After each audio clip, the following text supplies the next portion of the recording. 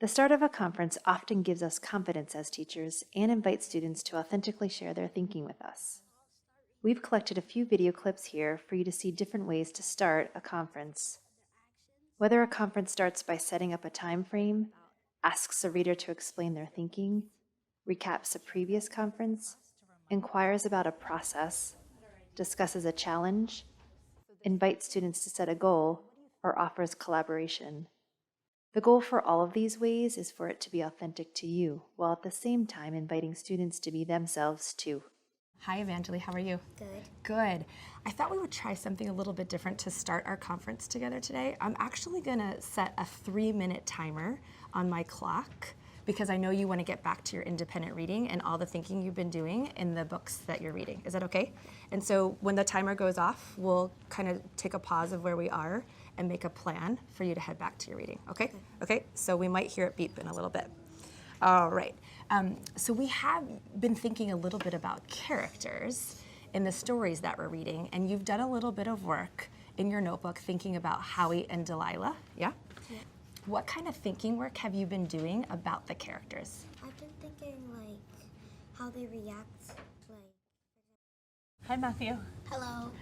Because I can't peek into your mind and see what's going on in your brain, can you explain to me a little bit, like, how does that thinking go when you're reading books and thinking about characters? So not even just this book, but can you kind of take me through the process of how you think about characters? So I'll start reading and look at the first character I see, Okay. and then keep reading to see like their actions, like their words, and how they act with people.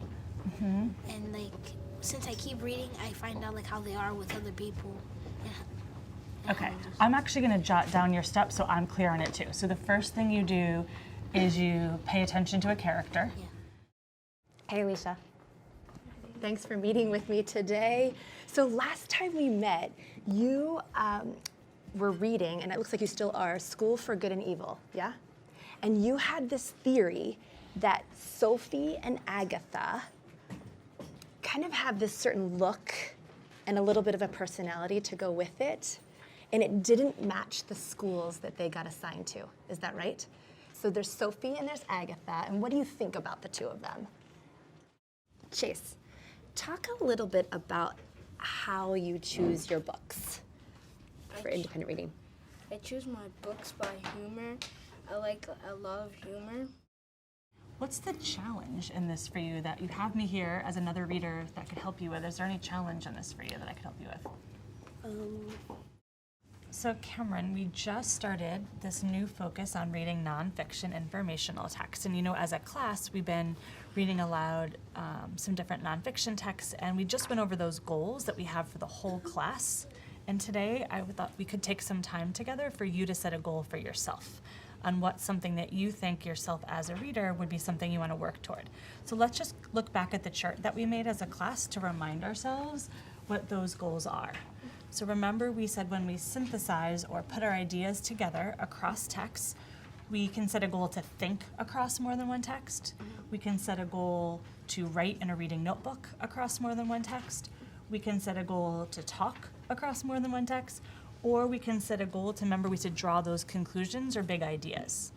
So let's take a few minutes for you to think about what's something that's already a strength of something you know how to do as a reader, and how we can build a goal from that. So what's something as a nonfiction reader that you already feel like you know how to do that's a strength from there? I think I can think across different texts.